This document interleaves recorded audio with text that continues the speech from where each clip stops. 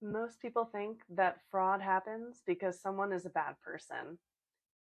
In reality, fraud happens because an organization has a blind spot. Today, I'm going to show you where those blind spots are and what you can do to protect your organization before fraud even happens. I want to set the stage here with a story. Imagine your local dentist. You see them once a year, maybe twice a year. You've been going there for 5 or 6 years now. You know the front desk person really well. She's really sweet. She's been working for the dentist for 25 years, and she knows you by name. She's the one that helps you when you set appointments, whatever it may be that you need, she's got your back.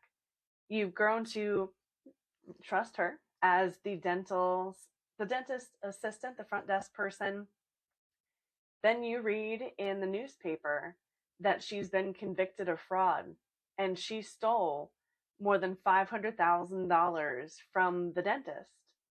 So what she stole was your money that should have been going to pay the dentist. That's what she decided to take home instead. It can be shocking, but it happens.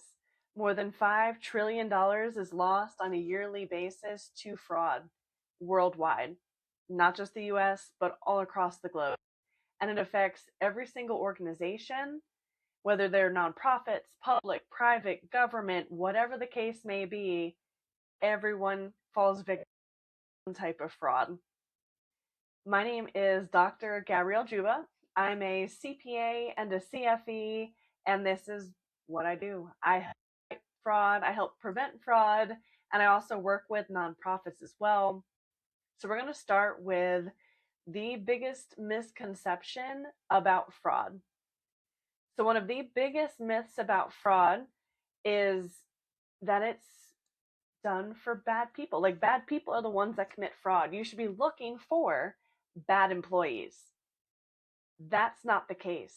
Fraud is committed by those trusted employees that have been with you the longest. So it's about understanding where your risks are and what you should be looking for. So the biggest misconception about fraud is that most organizations think it happens because they hired a bad person. But that's usually not true. Your long-term staff, your volunteers, your executive level staff, your trusted employees, all of those individuals are more likely to commit fraud because they know your business. They know the ins and outs of your system. They know how to circumnavigate what you have put into place. So fraud isn't usually a people problem. It's not that you hired these bad actors most of the time. It's a systems problem. It is you do not have a good system set up in place to catch fraud when it happens and also to prevent fraud before it happens. So continue to follow this, watch this video, and we'll talk through how to protect your organization. So if fraud is not about bad people, then what actually causes fraud? So almost every occupational fraud, so where someone steals from an employer, an employee takes money somehow, occupational fraud has 3 ingredients. If just one is missing, if one is missing, fraud is less likely to occur. So your fraud triangle, the 3 things that allow someone to commit fraud are pressure, opportunity, and rationalization. So the pressure, they can be feeling that pressure, whether it's at work to meet certain performance standards. They have to make so many sales in order to get a bonus. If they're falling short, they may wind up inflating those sales. So it looks like they are doing more than they actually are. It could be pressure at home. And when I'm talking about pressure at home, we're going to get into motivation later, but it can be maybe their kid is sick and they need to pay for medical treatment, whatever it may be, that pressure. The next piece is opportunity. So your opportunity is they know your system. They know where the pitfalls are and they can work around your system to take what they want. And the third piece is rationalization, where the fraudster tells themselves, I'll pay it back, or I'm underpaid anyway. No one appreciates me. The organization's doing so well, no one would miss it anyway. That's some things of for some parts of rationalization. So of those three, pressure, opportunity, and rationalization, your organization has the most control over opportunity. So let's talk about opportunity next. So sorry, opportunity here. So you can't control someone's financial pressures, but you can control the opportunities that your organization creates for someone to steal from you. So instead of asking yourself, well, who would steal? Who is most likely to steal? It is your most longest and trusted employee, but start to ask yourself what opportunities exist. So some opportunities, if one person handles all the deposits, so if one person opens all the mail, collects all the cash from the mail and customers, writes up that deposit slip, takes it to the bank, brings it back, and keys that deposit into your accounting software system. There are so many different places that person can just take a 20 off the top and put it in their pocket, and you would never know. Because especially cash is really hard to trace and try to find. So that is one opportunity. If someone handles all of the deposits, if one person reconciles the bank, they can manipulate that reconciliation to show what they're looking for, to show what they want. If there are blank signed checks, they can manipulate that as well. Maybe it is easier for them to have a stack of 30 checks that you've signed as a business owner and you trust them and they're going to send it to the right vendors, but they could also just write it to themselves and give themselves whatever kind of payday they're looking for. And it might be more difficult for you to catch that. Or do you have shared passwords for the bank or for your accounting software system? Because then it becomes harder to trace who is manipulating what data. So those are opportunities. Those are things that you have full control over, that you can set systems in place to prevent it and to catch it as well. Some motives, things that you can't control, why someone may or may not steal from you. One motive is financial hardship. That financial hardship can look like a lot of things. Maybe their spouse just lost their job. And so now they went from a 2-income household to a 1-income household. You can't control that. Addiction. They may have an addiction themselves. They may have a spouse with addiction, a child with addiction, and they either need to cover up that addiction or send that person to rehab, which is expensive. And we're talking alcohol addiction, drug addiction, gambling addiction, shopping addiction, all of those things. Divorce. If they're going through an ugly divorce, they may be more likely to steal from you. If they have big medical bills that are piling up because maybe they have cancer, their loved one has cancer, their mom has cancer, and they're paying those bills. I already mentioned gambling can be a big problem as well. Or maybe they just have lifestyle expectations where they think they deserve to live a certain comfortable life and they're going to do whatever they have to do to try to get that, even if that means stealing from you. So those motives are things that you can't really fix and you may not even know about that your employee is experiencing. One of the best ways to catch fraud is someone on the inside reporting fraud. One of your other employees reporting that something is wrong. As your boss, some of your employees might come to you and say, hey, financially, I'm having a hard time. Or, hey, my mom's going through cancer treatments and I'm paying the bills. Or, hey, my child is in rehab. Sometimes, as the employer, they may come to you with that story, but more likely, they're going to tell their fellow employees that they eat lunch with every day, the person whose office is next to theirs. And that employee, they're telling the truth, not that they have to come and tell you everything, but if things start to be weird, act weird, that employee can feel empowered enough to come to you to let you know that you should maybe do some investigation. So you cannot control someone's financial pressures, but you can control their opportunities. Internal controls reduce opportunity, making sure that there are multiple people handling those bank deposits. Making sure that someone different is reconciling your bank statement. Do not leave blank signed checks available for employees. Do not share passwords either. Good internal controls protect everyone.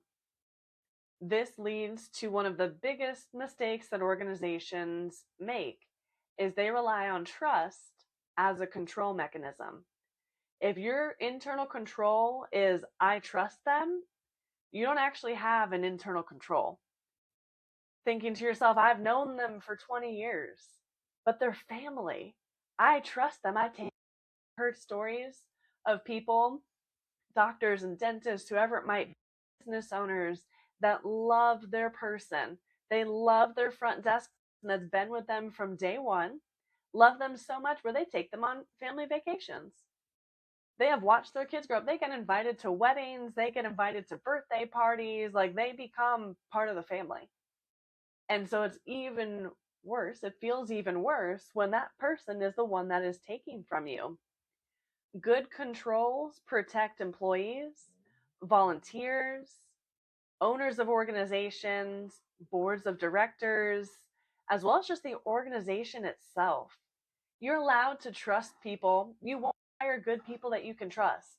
You do not want to hire a bunch of untrustworthy employees, but you need to trust the people, but verify the processes. Verify that the systems you put in place are actually working and that there's not ways that someone can manipulate those processes. Now let's look at 5 blind spots that I see over and over again when it comes to organizations and the amount of trust that they may have. So blind spot number 1 is having no segregation of duties. The easiest way to reduce fraud risk, don't let one person control the entire process. I have an example with cash. Don't let someone collect your cash, take that cash to the bank, and put the amount of cash that they took into your accounting software system. It's the same thing with payroll. Do not let one person be the person that collects all the timesheets, inputs new employees, puts in everybody's hours, writes all the paychecks, and then looks at the reports and approves them all in the back end.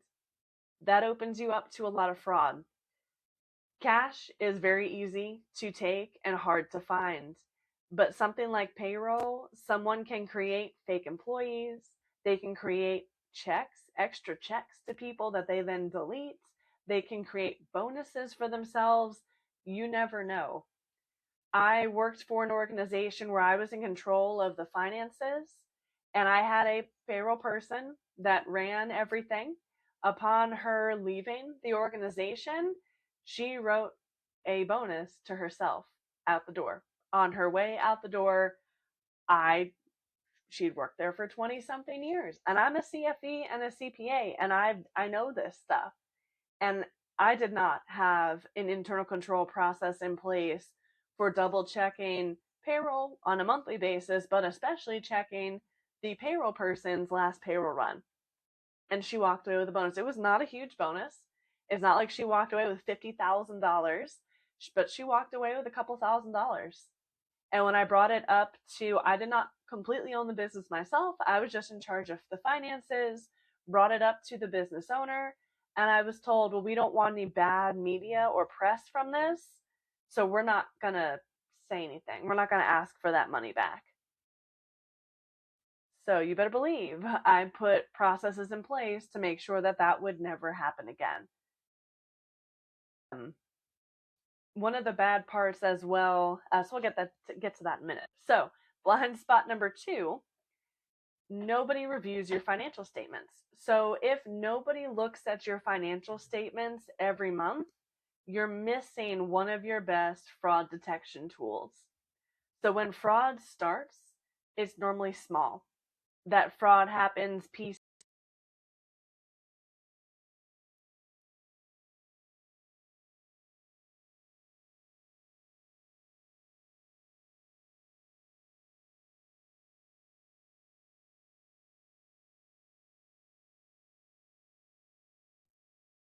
You have one look at those financial statements, you're going to miss the month over month change, and you're going to miss year-over-year change. So you need to have someone looking at those financial statements on a monthly basis to determine, are things changing every month? Maybe changes small. Maybe your employees are taking $100 a month to start. That would be hard to catch in a large company's financial statements. But when you start to look year over year, you should start to see the trend of, what is this account number? Why did it increase a couple $1,000s here? And just start to ask questions. Your auditors are not likely, they are not likely to catch fraud. They're not likely to prevent fraud either. It is on you and your organization to own fraud, to own your risk, to prevent it from happening. Line number 3, nobody reconciles your bank. Nobody reviews your bank reconciliations. So who reconciles your bank account? That's the first question. The next question is, who actually reviews behind them? The answer is that is the same person that reconciles that bank account, then reviews that bank account afterwards. That's the flag. To prevent that, you as a business owner, you don't need to hire a whole nother employee just to look at bank reconciliation, but you have lots of options, lots of opportunities available to you. This is when you take your place, and you as the business owner can review the bank reconciliations. Ideally, it's better to do monthly. A, to make sure it's happening on a monthly basis, but B, to make sure that things are looking weird. There's no weird journal entry that person reconciling the account did just to make it reconcile. You can catch that. So if you wait till year end to look behind bank reconciliations, that's not quick enough. That is not fast enough to actually catch fraud. You need to review it on a regular basis. And you're looking for weird journal entry someone who's used to plug their bank statement that matches what QuickBooks. You're looking for, maybe they're not reconciling the bank statement. That's also a flag. You need to dig into that as well. Another blind spot is board members never ask questions.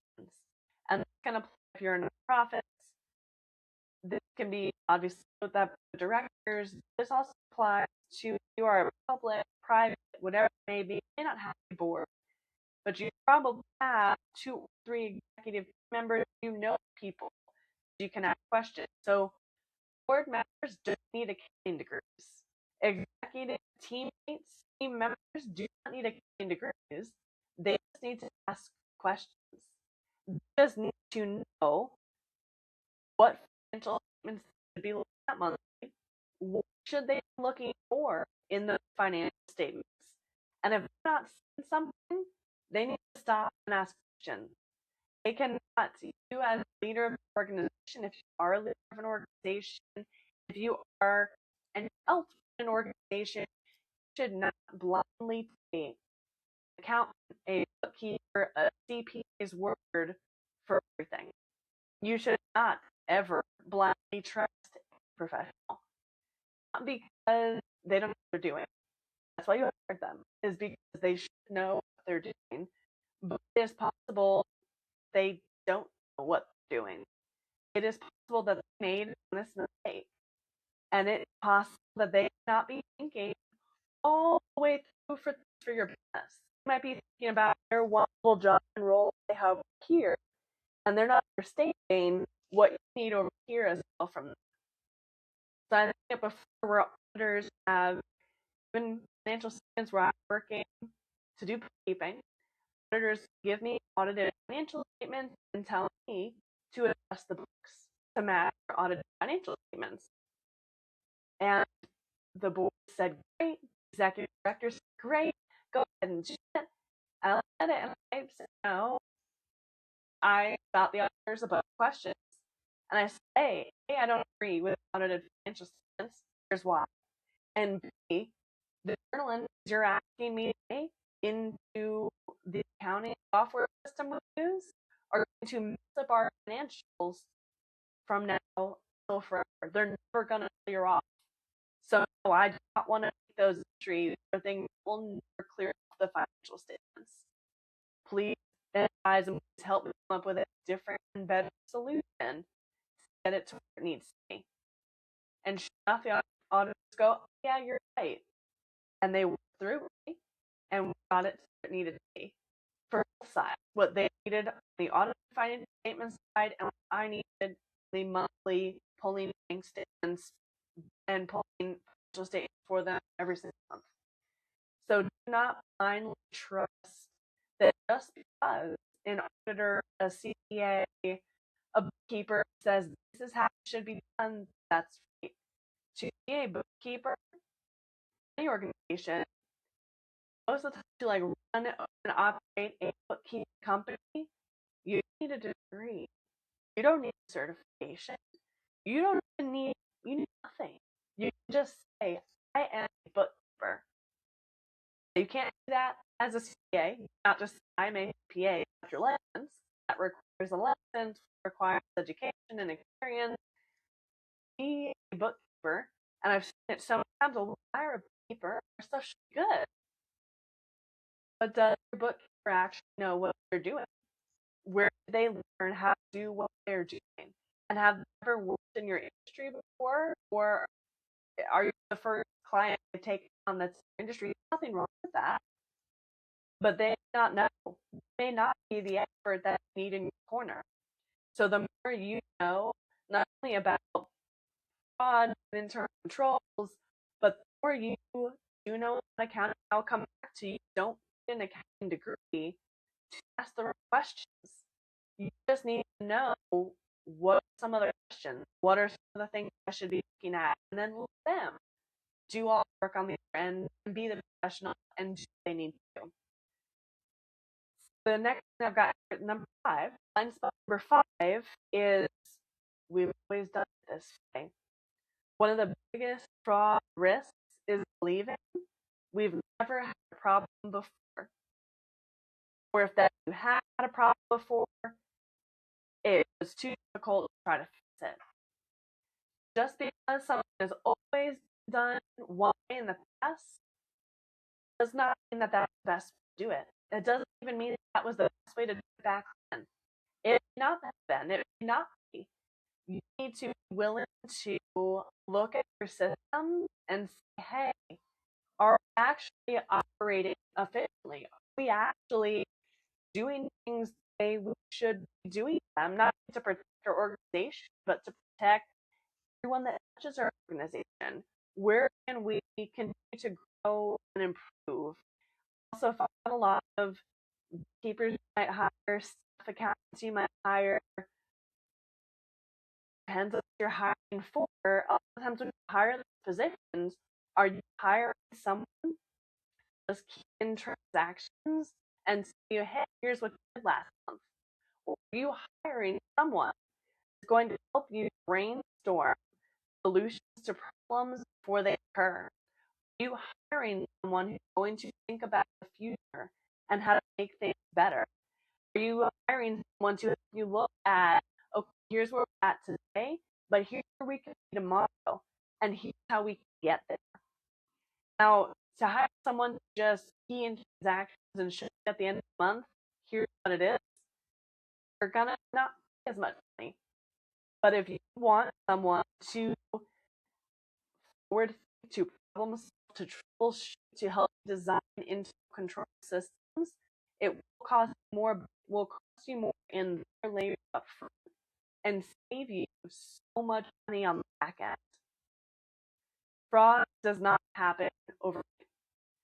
Fraud rarely starts with someone stealing thousands of dollars on day one. It starts with one small opportunity that no one notices. Small habits, small weaknesses become habits.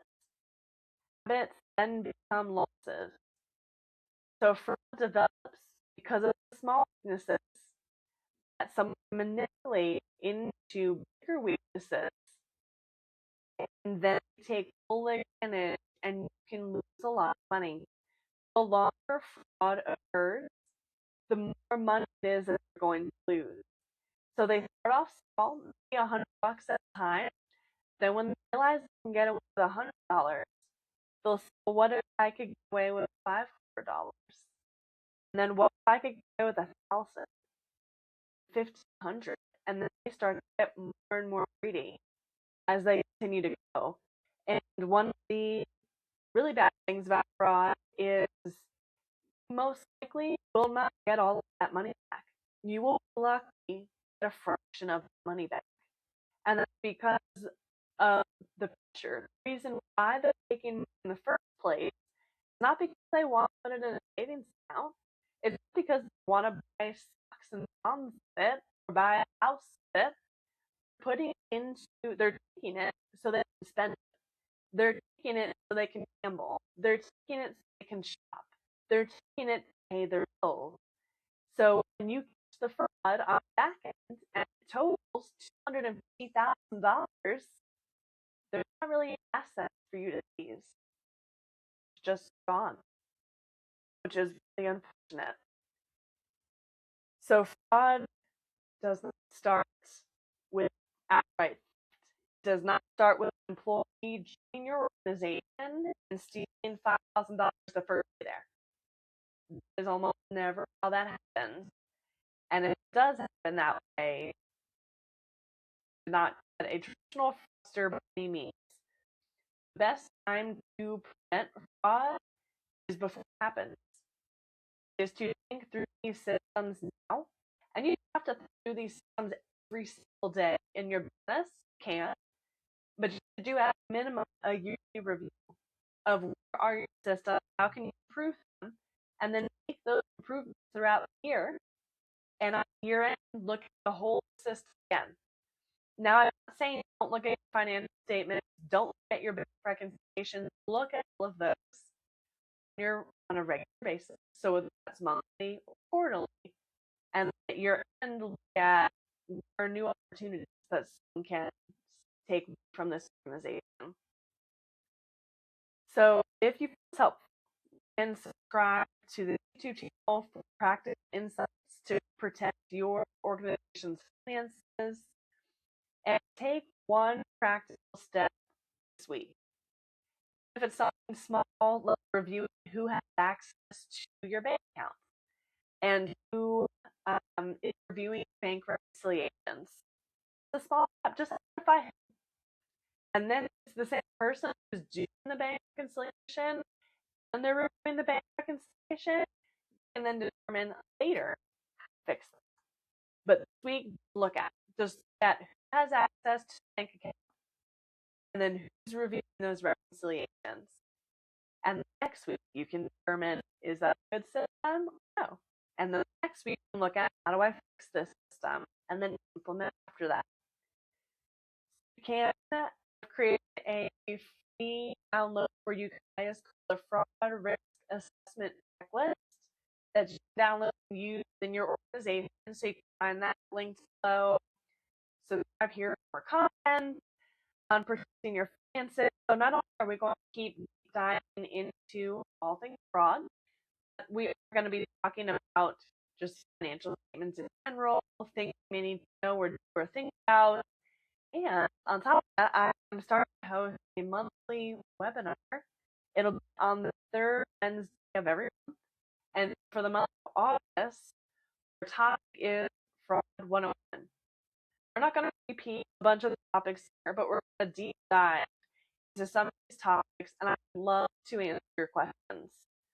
So that webinar is about prevention, and it's on Wednesday, August 19th, from 5:30 to 5:30 to 6:30.